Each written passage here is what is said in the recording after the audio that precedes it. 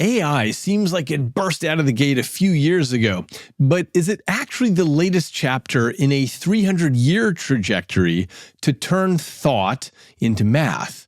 Can the mind be captured with equations? Why do current AI models need petabytes of data, but a child can learn from just a few examples? Why does AI have jagged intelligence, meaning it looks brilliant in one moment and then it does something totally nonsensical? In physics, we have various laws, like the law of gravity or the laws of motion. And today, we're joined by cognitive scientist Tom Griffiths from Princeton to talk about whether we are moving towards nailing down laws of thought. Welcome to Inner Cosmos with me, David Eagleman. I'm a neuroscientist and author at Stanford, and in these episodes, we sail deeply into our 3-pound universe to understand why and how our lives look the way they do.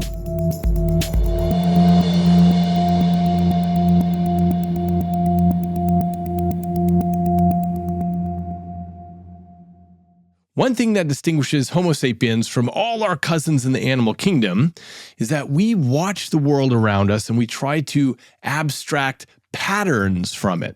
For example, you might watch the way that a stone falls to the ground, and maybe you see a tree branch fall, and maybe you see a glacier and one day a huge wall of ice falls off it. And pretty soon you start seeing an underlying similarity to the way that things move. And eventually someone very, very smart comes along, like Isaac Newton, and summarizes all this in the law of gravity.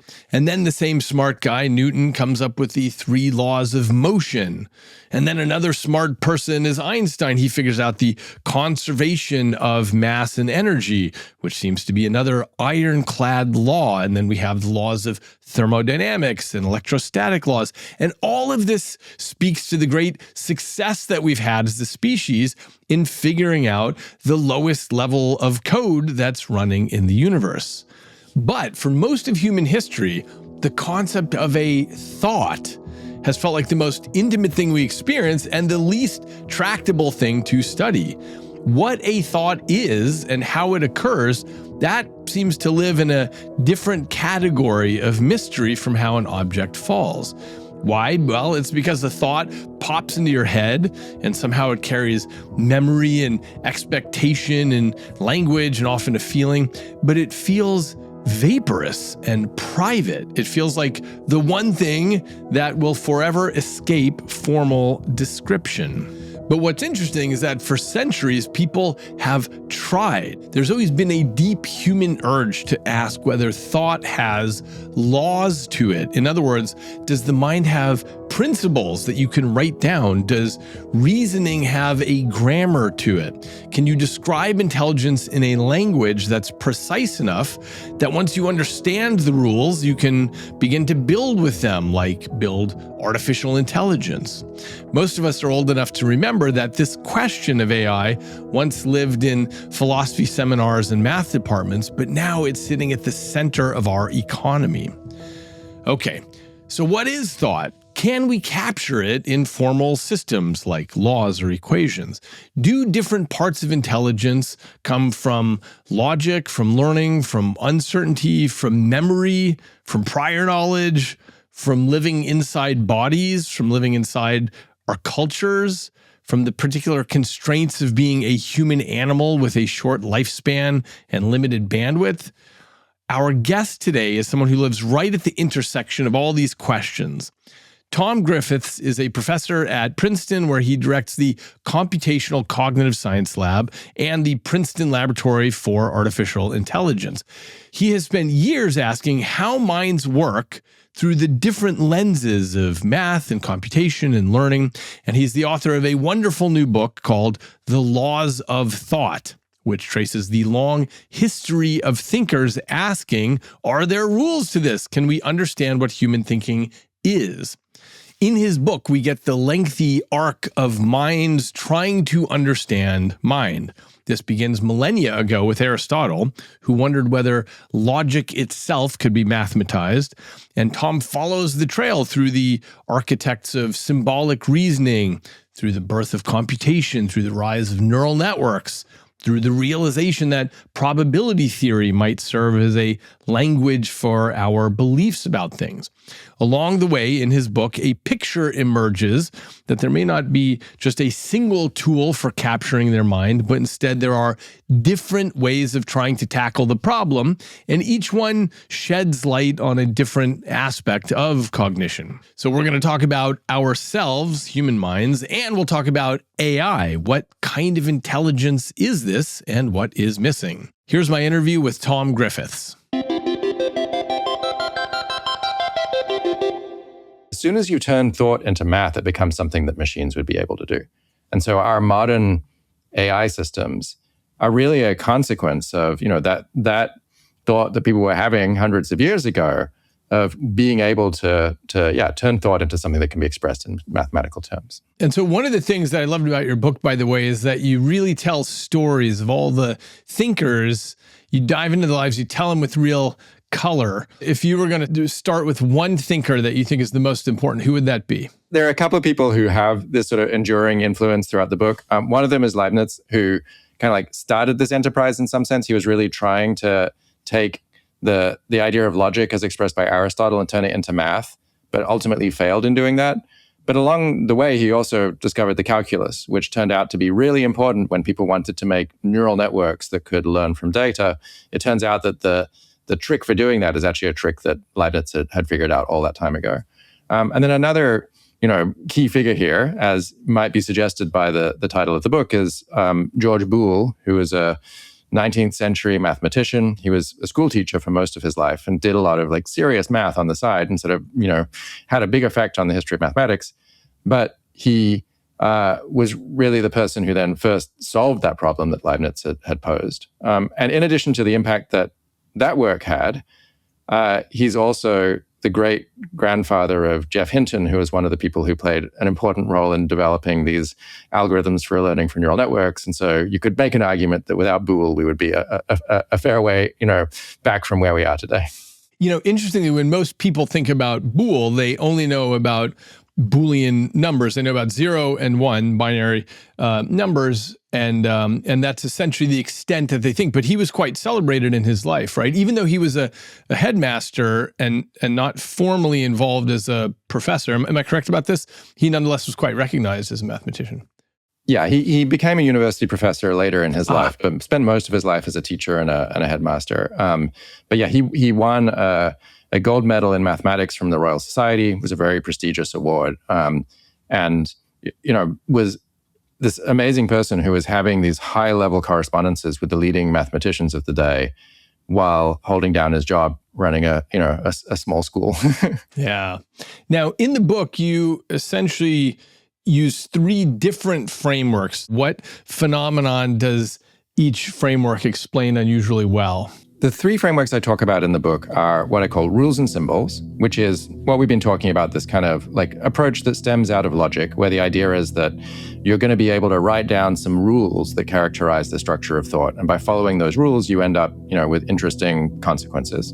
The second approach is networks, features, and spaces, right? This is neural networks, which you can kind of think about as a system for doing computation when you start representing things as points in a space, right? So if you start to think about, every object that you could see in the world as not being something that's described by rules, but being described by a location along some dimensions, you need to have a way of talking about how to map between those spaces, and neural networks solve that problem. And then the third is probability and statistics, right? And probability theory is really powerful because it is the complement to logic, where logic tells us how to go from things that we know to be true to other things that we're equally certain are true. Probability theory tells us what to do when we're uncertain. So if we get some information, we want to draw a conclusion, but we're not able to draw that conclusion with perfect certainty, probability theory tells us how to do that. And it tells us how to combine our sort of background beliefs, the other sources of information we have, our biases, in with the data that we see in a way that helps us to explain how it's possible to learn from small amounts of data. And that's one thing which is still something that discriminates human learning from the learning that's done by our AI systems today. Okay, great. So we're going to dive into each of these 3 lenses. But just before we do you see the AI conversation today over-indexing on one of these lenses over the others? I think there's a lot of emphasis on neural networks, which are, fundamentally the sort of engineering technology which is making possible the creation of our chatbots and the other sort of, big AI systems that are deployed. I think that potentially misses out the importance of these other threads, right? Where one thing that's important to remember is that those neural networks are being trained on what is essentially a system of rules and symbols. They're being trained on human language, which is symbolic and rule-like in various ways. And they're being trained on code, which is even more symbolic and even more rule-like. And those things together provide some of the substrate for developing the kind of intelligence that they demonstrate.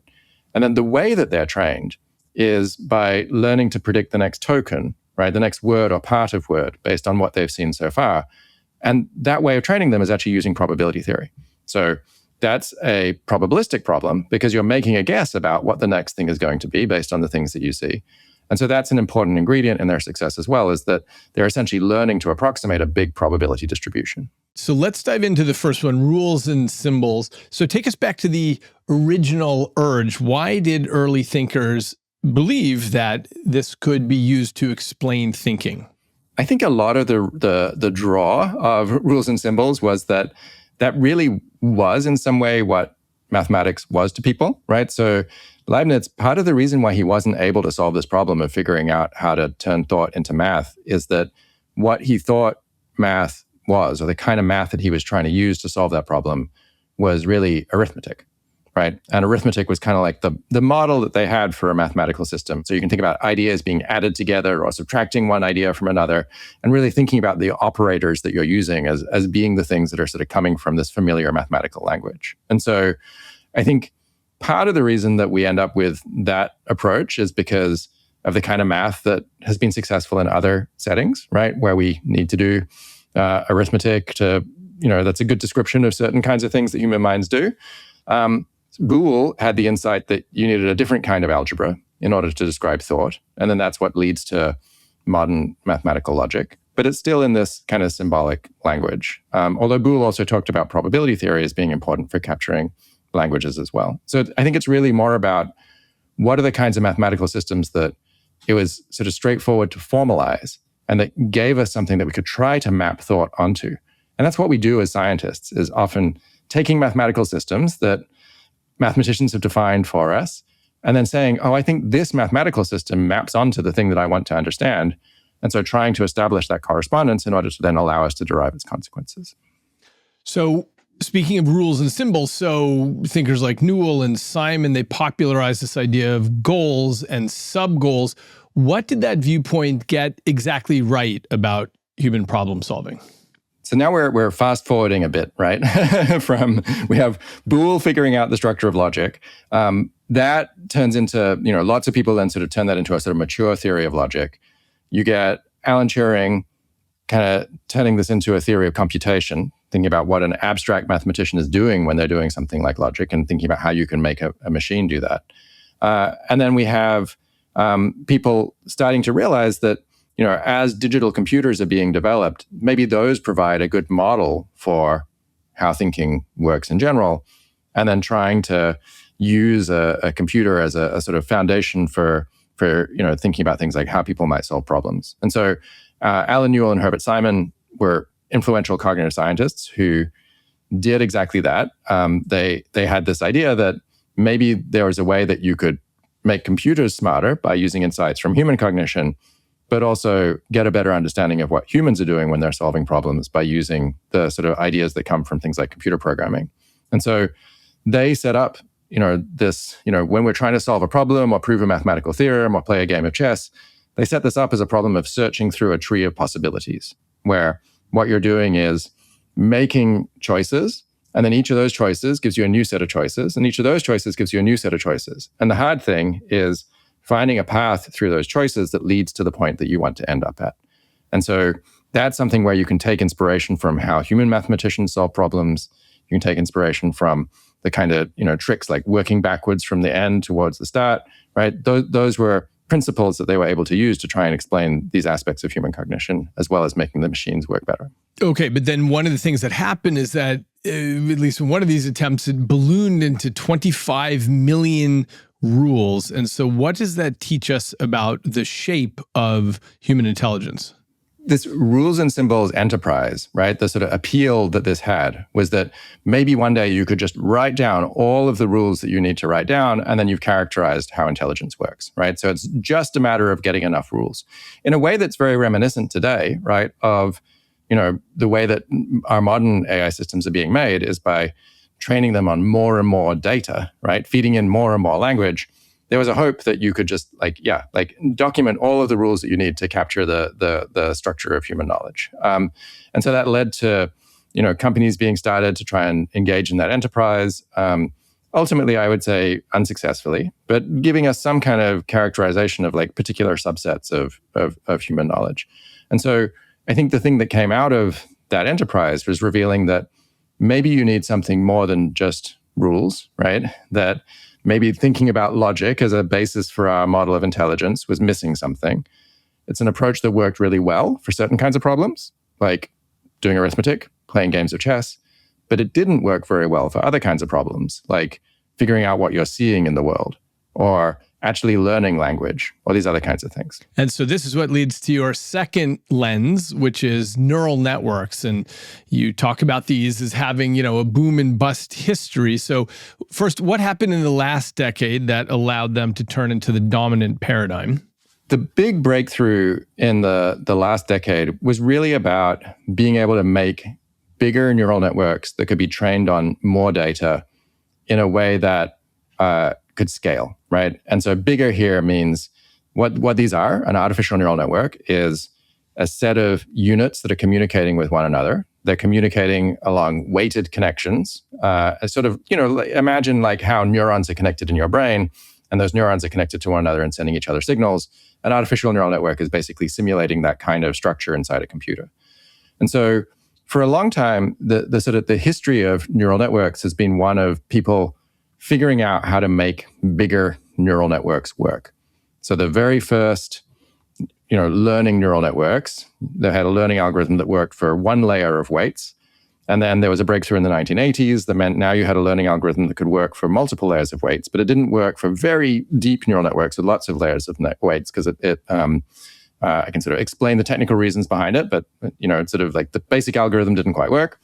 And so the big breakthroughs of the last 10 to 15 years have been about coming up with ways to take those algorithms and actually make them work for neural networks that are bigger and bigger and deeper, that are able to easily learn more complex functions and can do so from massive amounts of data in a way that means that they're able to discover sort of complex relationships between things that are necessary to produce intelligent behavior.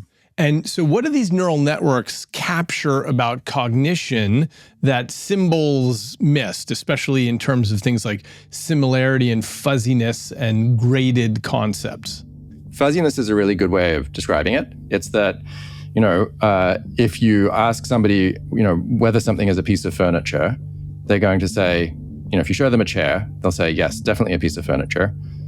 If you show them a rug, they'll say, yeah, maybe a piece of furniture, right? It doesn't sort of fit with our, we sort of have a prototypical idea of what furniture is, which contains things like chairs and tables and ottomans and these other kinds of things. And then rugs and treadmills and, these are things that maybe are in this category, but maybe aren't, right? And so we need to have a way of thinking about concepts that's not just the sort of yes or no, true or false, 1 or 0 that logic would give us. We need to have something which has that fuzziness in it. One way of getting fuzziness is by thinking about a concept in terms of points in space, right? Where you could think chairs are here in one location, rugs are here in another location, and maybe what it is to be a piece of furniture is to just be in some part of that space. And how close you are to that part of the space is how good you are as an example of that kind of furniture. And so as soon as you think in those terms, you have a new problem, which is with our rules and symbols, we knew how to do computation. We knew how to describe thinking. Thinking was a matter of applying the rules and sort of, repeating that process.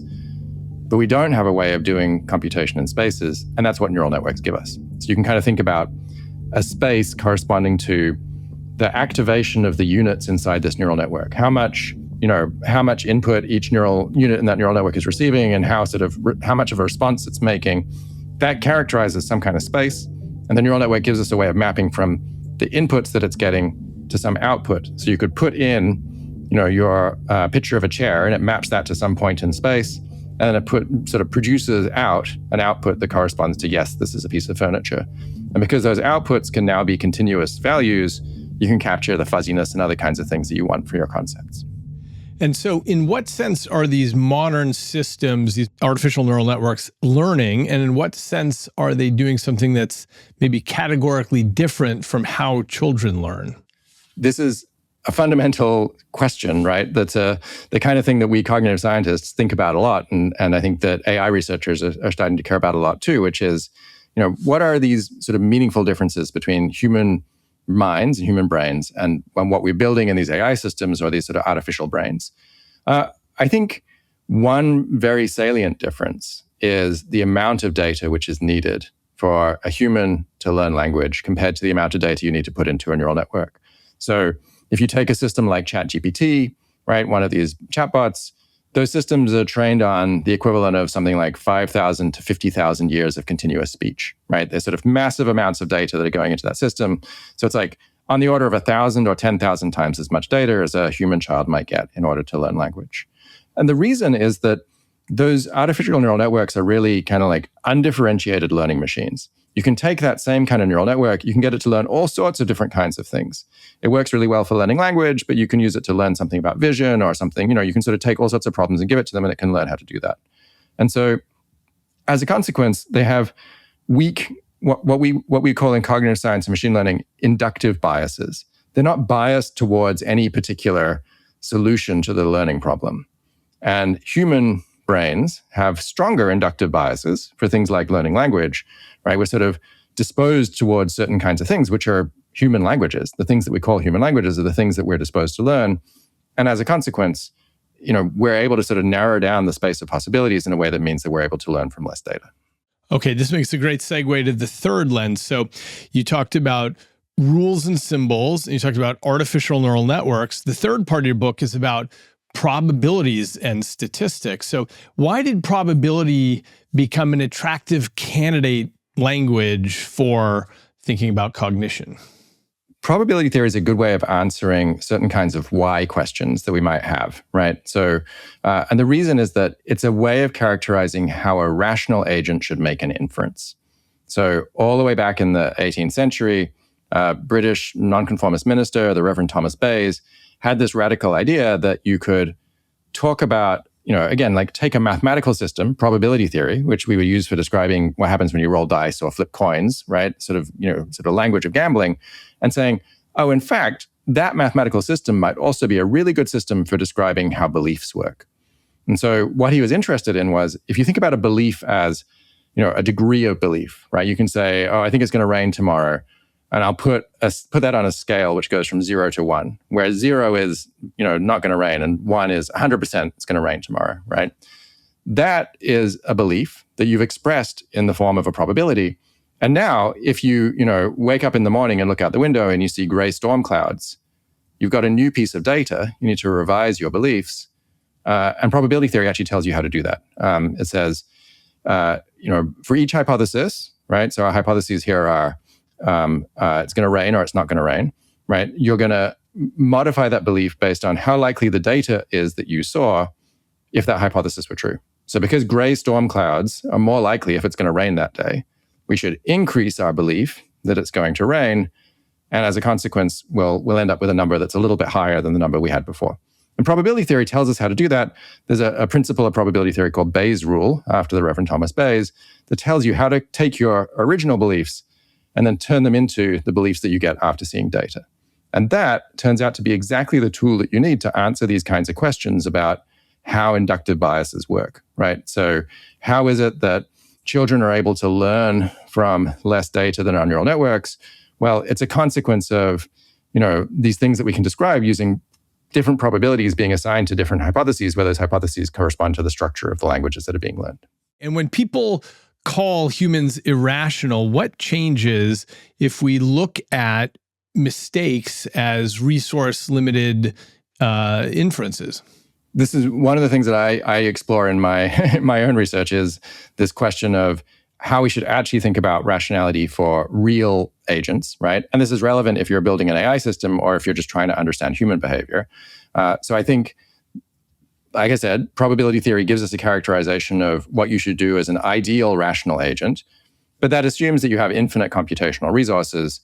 We mere humans don't have infinite computational resources, nor do our AI systems. And so you can ask, what should a rational agent do if they don't have all of the computational resources that you might need? And then out of that, you get the answer is that, you should follow an algorithm, follow a strategy that makes sense given the resources that you have. That's what it means to be rational in those circumstances, where you're sort of doing the best job you can of approximating probabilistic inference given those resource constraints. And so some of the things that people do when people do weird things, and we do lots of weird things, and we don't always follow probability theory, are things that we can understand as us, running into those resource limitations and then coming up with, reasonable strategies for trying to approximate the right answer. So if we look at probability being the grammar of uncertainty, well, one thing we know is that our prior expectations matter. And one of the things I've been obsessed with and doing a lot of research on and talking a lot about on the podcast is the way that all of us drop into the world and our cultures influence us and our language and our moment in time and our neighborhood. And this leads to people being quite different on the inside. Is this something that you think about sometimes, about how we develop our priors differently based on, where we grow up? Yeah, so priors is that Bayesian language, right, for talking about the beliefs that you have before you get data that you then update into what we call posterior probabilities that are informed by those data. And so, yeah, I spend a lot of my research time thinking about these kinds of questions of, what are these sort of prior distributions for humans? How do we acquire good prior distributions for solving different kinds of problems? One thing there is that calling it a prior makes it sound like maybe it's something you're born with. But in fact, it just means it's before you get data, right? So when you're seeing that storm cloud in the morning, you had a prior probability from last night, but that prior probability was informed by everything else that you know, right? The priors are all of the biases and knowledge that we bring to bear when we're trying to make an inference. And so, I think understanding that is a big part of the project of understanding human cognition. So let's zoom the camera out. We've talked about these three lenses that you describe in the book. Now, you also point out that we have a lot of constraints like finite lives and limited compute and limited bandwidth. And so how do these constraints sculpt human intelligence? I think this is really important to just thinking about the moment that we're in, where there's a lot of anxiety around AI, right? And I think if you think about intelligence as a kind of one-dimensional quantity, you can kind of imagine that, humans are somewhere, our AI systems are somewhere. It seems like they're approaching us. Maybe they're going to overtake us. And then, oh my God, what is going to happen when that happens, right? We're just going to become redundant. There's not going to be any jobs. Everything is going to fall apart. And so that's a consequence of having a particular conception of what intelligence is, which is this kind of one-dimensional way of thinking about it. And I think there's a different way of thinking about it, which gives us a little more flexibility and maybe a little more hope in the way that we think about what's going to happen with AI. And that is thinking about intelligence as being an adaptation to the kinds of computational problems that a system has either evolved or been trained to solve, right? And so for human beings, those computational problems are shaped by the constraints that we operate under. And a lot of those constraints come from our biology, right? That we, as you said, have limited lives, have limited compute resources, what we can carry around inside our heads, have limited bandwidth for communication. We have to make noises at each other or wiggle our fingers or, somehow use our bodies to transfer data from one human mind to another human mind. It's very inefficient. And so those constraints are things that mean that human intelligence takes a particular shape, which is we're able to learn from limited data because we have to, because we don't live that long, right? You can't rely on getting 5,000 years of language data or multiple human lifetimes of, chess playing or whatever it is, right? You have to be good at using the resources that you have in ways that are efficient. And so that's kind of like deciding what to think about, being able to recognize when a problem has a structure that you've seen before, being able to, become sort of automatic in using certain kinds of patterns of thinking and strategies for solving problems, really trying to make it as easy as possible for us to use the resources that we have. And then you need to develop capacities for trying to circumvent those bandwidth constraints in order to be able to do things that transcend what any individual human can do. And that means developing things like language, writing, societies, LLCs, all of the, the sort of libraries, right? Institutions, all of the theory of mind, right? For reasoning about what someone else might be trying to communicate to you. All of this stuff is actually sort of like human stuff that's a consequence of these constraints. And so as we make AI systems that are smarter, those AI systems are in turn being shaped by what they're being trained to do and what constraints they operate under. But those constraints are different from the ones that humans have. They can, get more data. They can get access to more compute. They don't have bandwidth limitations. You can just copy a state of a AI system across machines. You can, use the same data to train multiple AI systems. And all of those things mean that I think rather than being sort of on one axis where we're sort of thinking about better and worse, it's more that there are many axes that we can think about intelligent systems developing along. And we're just going to end up in a state where we have human intelligence and we have AIs, and they're going to be meaningfully different from one another, rather than things that are sort of directly competing in terms of the capacities that they have. Yeah, I agree with you on that. When you think about the way that humans beat machines on data efficiency, what do you think that means is missing architecturally from our AI systems? I think it's actually, it's a great question. And the way I would express it is not in terms of architecture. So it's actually in terms of a different part of a neural network. So when we think about this problem of inductive bias, right, which is what we're, what a system is sort of disposed towards learning. As I said, our neural networks, the way we normally set them up, are pretty weak inductive biases. They can learn all sorts of things. The inductive bias that a neural network has, it is constrained by its architecture, but it's also constrained by where it starts out in the space of the settings of all of those weights. And normally the default is that you set up your neural network so those weights start out really small, close to zero, and then they sort of grow away from that as it starts to learn how to do things. We've had success in taking neural networks that are architecturally identical, but setting them with different initial weights in order to create an inductive bias that enables rapid learning. So we actually use a technique called meta-learning, which is a method from machine learning where you take the same neural network architecture and the same initial weights, and you use it to learn to solve lots of different problems. Like you can use it to learn lots of different languages, say, from limited data. And then you try and optimize the initial weights of the neural network to make it so it can learn all of those languages better. So using the same kinds of algorithms we use for training the weights of the neural network when we have these giant data sets, you can instead use those algorithms to train the initial weights of a neural network for a small data set, for lots of small data sets. And when you do that, you end up with a neural network that has an inductive bias that makes it possible to learn from small amounts of data. And so that's the kind of thing we've been exploring in my lab is, can we find a way of taking exactly these same neural network architectures and just starting them out in a different place that maybe aligns better with the kinds of things that humans do? Okay, well, this is a really good segue to what I wanted to ask you, which is, if you're looking at rules and systems as one sort of math to describe the mind, and artificial neural networks is another kind of math, and probability is another, what does an optimal hybrid look like, given that no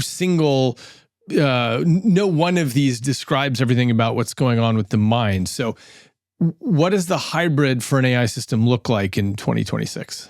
The place where I end up in the book is saying that these different kinds of math really do all fit together in an interesting way. And in order to understand that, we can talk about different levels of analysis when we're trying to make sense of an information processing system. So the most abstract level, this is an idea that was introduced by the computational neuroscientist David Eagleman.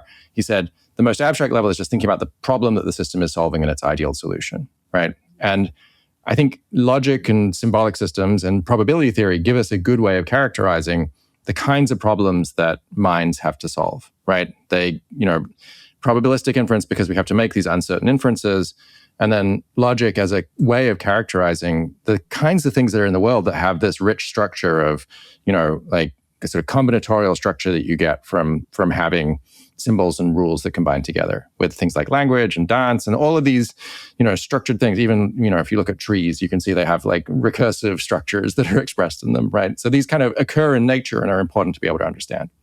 And then at the level below that, you have how the system solves those problems, right? Like what algorithms it might use, what representations it might use. And then below that, it's, how that's actually implemented in some kind of physical system, right? And artificial neural networks give us a kind of story at those levels where we can think about them as being a good general purpose system for learning to approximate the things that probabilistic inference tells you to do and learning to approximate the structure that's contained within those symbolic systems. So I actually think, the kind of story that we have right now that's emerged out of these advances in AI is actually a pretty good story for how we could think about human minds working. The thing that's missing, the most important thing that's missing, is this kind of aspect of inductive bias, right? Where we haven't been able to capture what human inductive biases are like in machines, and so that you have these meaningful differences that come out of that. But it's not a bad place for thinking about sort of how these pieces might fit together to give us an explanation for how it is that minds work. So along these lines, which AI benchmarks feel to you misleading, and how would you make better benchmarks? So in general, I'm not a huge fan of benchmarks because I think benchmarks are useful as an engineering tool. But I, as a cognitive scientist, don't just want to know how well something is doing something. I want to know how it's doing that thing, right? And how it might be sort of messing that up, right? So when we are designing experiments as cognitive scientists, we don't just say, oh, here's 100 math problems, go do the 100 math problems and we'll get a score. We say, let's choose a set of math problems so that which answers people give us tell us about the misconceptions that they have in a way that we can then diagnose, this is why this person is thinking this particular thing. And so I think there's lots of room for coming up with better ways of evaluating our AI systems that look more like cognitive science experiments. We're really targeting understanding what's going on rather than just trying to get some brute sort of, performance score. Okay, good. And you have talked about curiosity as a computational problem. So how do you think about what curiosity is and how we might measure real curiosity in a machine? What problem is curiosity trying to solve? Yeah, this is a good question. You can ask this kind of question that we call rational analysis, right? If you have a system that's solving a problem, what's the ideal? What's the problem? What's the ideal solution? Okay, so for curiosity, we've argued, and this is work with Rachit Dubey, who's at UCLA, that one way of thinking about curiosity is that you're trying to find things that are good in increasing your long-run probability of being able to solve problems in the future, right? So, it's sort of like you want data for which the derivative of your total knowledge is high relative to that particular data point. And so that explanation captures some of the things that happen in human cognition where, in some circumstances, we're interested in the newest thing, something we've never seen before, right? But in a lot of circumstances, those things aren't the things that grab our attention. It's more things that maybe we've seen a few times, and we just sort of notice that they're starting to occur. If something happens once, you're just like, okay, that was weird, and you sort of dismiss it. But when something happens a few times and it's unfamiliar to you, you say, okay, maybe I need to figure that out, right? And something that happens all the time, you're not that curious about. That's just a thing that happens all the time. And you can explain that by thinking about this sort of derivative, right? Where if something just happens once, you shouldn't be interested in it because it just happened once. It's probably never going to happen again. If something happens a few times, that's a clue that it's probably going to happen again in the future.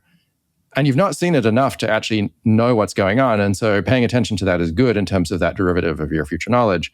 And if something happens a lot, then it's probably happened enough that you know something about what's going on and it's not that interesting, right? And so that sort of sweet spot ends up being around the things that are sort of like just happening to you enough times that you're starting to realize, oh, this might be a thing that I need to pay attention to. If you had to bet on one capability that's going to unlock a broader intelligence, unlock a jump to that, what's your candidate? I actually think the biggest obstacle at the moment is more about generalizability of intelligence rather than any specific capacity, right? And so people in the AI world talk about jagged intelligence, right? This sort of phenomenon where you have an AI system that can do something that's really smart and impress you, and then 5 minutes later does something that's really dumb on a problem that's like right next to it. And like if it's able to solve that first problem, it seems obvious that it should be able to solve the second problem. And you're just like, what happened? Why did it go wrong there? And so that lack of generalizability is also a consequence of these kinds of inductive biases, right? So these human inductive biases that steer us towards a solution and let us learn from limited amounts of data, they constrain the kinds of solutions that we find. And the kinds of solutions that we find are the ones that are sort of like generalizable, at least to us, right? They're things that kind of make sense, where if someone's able to do one thing, they'll be able to do the other thing. And because the AI systems are approaching these problems just in a completely different way, from a different starting point, and then getting tons of data that's allowing them to sort of approximate what the human solutions are, but they're coming at it from another angle, that's the thing that makes them jagged. It's that they don't have sort of these same compatible inductive biases that we have, that are informed by having evolved in certain environments and having had experience of the world, and, you know, all of these other things that are part of what it means to, you know, sort of learn anything as a human being. And so because they are coming with this different set of inductive biases, they're very influenced by their training data, they end up doing things that are sort of inscrutable to us because they are, you know, like coming at these problems in a way that doesn't make sense to us, you know, from the starting point that humans come from. After writing this book, what do you think we understand now about minds that we didn't understand, let's say, a decade or two ago? So it's funny because when I have taught this material for, you know, 20 years at this point, I normally start my cognitive science classes saying, you know, welcome to cognitive science. This is going to be different from your other science classes. Normally when you take a science class, someone is going to stand up and say, okay, here's all the things that we figured out. Here are the answers to the questions. And in cognitive science, it's more that we figured out how to get better at asking the questions. We haven't answered them. It's not like you have a consensus across the whole field about what those answers look like. And so I think that's important, that we're still very much, and this is what got me interested in cognitive science in the first place, you know, still a field that has deep mysteries and lots of opportunities to learn and discover interesting things. But I think over the last 10 years, like, so as I was working on this book, I wrote the first chapter, and I had that disclaimer in the first chapter and said, okay, look, you know, I'm not promising you answers. We'll see. We're going to see if we can get a good handle on the questions. But by the time I got to the end of the book, right after that sort of process of working on it for years, I felt like things had actually, you know, me going through the process of writing it and exploring all these things and thinking about how they fit together, but also just where the field was, you know, having moved forward, I actually started to feel like actually these things do fit together in a way where you can see the glimpses of what answers are going to look like in a way that I think really wasn't there 10 years ago. And it's that story of, okay, we sort of know what the goals are, right? We know what the right mathematical systems are for describing what intelligent systems should be doing. You have these ingredients of symbolic systems and probabilistic inference. And we've discovered that, in fact, you can get a remarkable way just using these artificial neural networks to learn to approximate those things. And so that demonstration, I think, has shown, first of all, that language is a, you know, extremely good substrate for intelligence, right? In a way that I think people had not anticipated before large language models. And that you can make big neural networks that can learn to approximate really complex probability distributions. And so it gives us some of these ingredients for seeing how what originally were three very different views of the mind might start to fit together to make something that's a little bit more of a unified whole. Excellent. And when you wrote the book, what struck you as the most beautiful idea in the whole quest, in the whole history of this? Gosh, okay. I mean, I'm a big probability theory fan, so you're gonna get me endorsing Bayes' rule, which I really do think is like it's when you learn it, take a probability class, it's just a dumb principle of probability theory. But when you make this move of saying probability theory isn't just about dice and cards, it's about, you know, beliefs, it suddenly becomes this very deep and insightful sort of principle. And in the book, I also show probability theory kind of subsumes logic. Like everything that's a valid logical inference is also a valid inference in probability theory. Probability theory just kind of extends the semantics of logic to these cases of uncertainty. So to me, I think that's a big one. I kind of like, that's where I live. Yeah. Excellent. And someday, if we do have a mature physics of thought, let's say 50 years from now, what does that change for us in terms of education, in terms of the way we build machines? So I think this is exactly where we can go, right? Which is once you figure out the scientific principles of a domain, you can start to think about how to do engineering. Right. So like, you know, when you're an engineer, you go to engineering school, you take physics, right? And then you learn in your physics class what these principles are. And then you take your applied engineering classes, which are like taking those physical principles and telling you how to build a bridge, right? And explaining that, you know, not in terms of heuristics for what makes a good bridge, but in terms of those fundamental physical principles. So I think that's a thing that's incredibly exciting here, is that as we start to converge on what these laws of thought look like, it gives us the opportunity to do a much more sort of science-based form of engineering applied to human cognition, thinking about how do we make an optimal, sort of learning environment? How do we support human decision-making? That's something that I work on in my lab, is like, how do we put computation into human environments to overcome whatever computational constraints we have as individual decision makers and help us make better decisions? And how do we understand, the kinds of things that people are doing in a way that allows us to then sort of like make suggestions about, how they might do them better, right? And so I think there's a lot of potential for, sort of human upside as we start to be able to answer these scientific questions. That was my interview with Tom Griffiths. To quickly summarize his framework, Tom sees three major scientific approaches that all try to capture the mind. You've got rules and symbols, you've got artificial neural networks, and you've got probability theory. These are very different approaches, and each one has delivered something a little different. Rules and symbols give us language-like machinery where pieces can be assembled and reassembled into complex ideas. Artificial neural networks, they give us graded concepts, meaning ideas can be fuzzy. And probability theory gives us a language for dealing with uncertainty.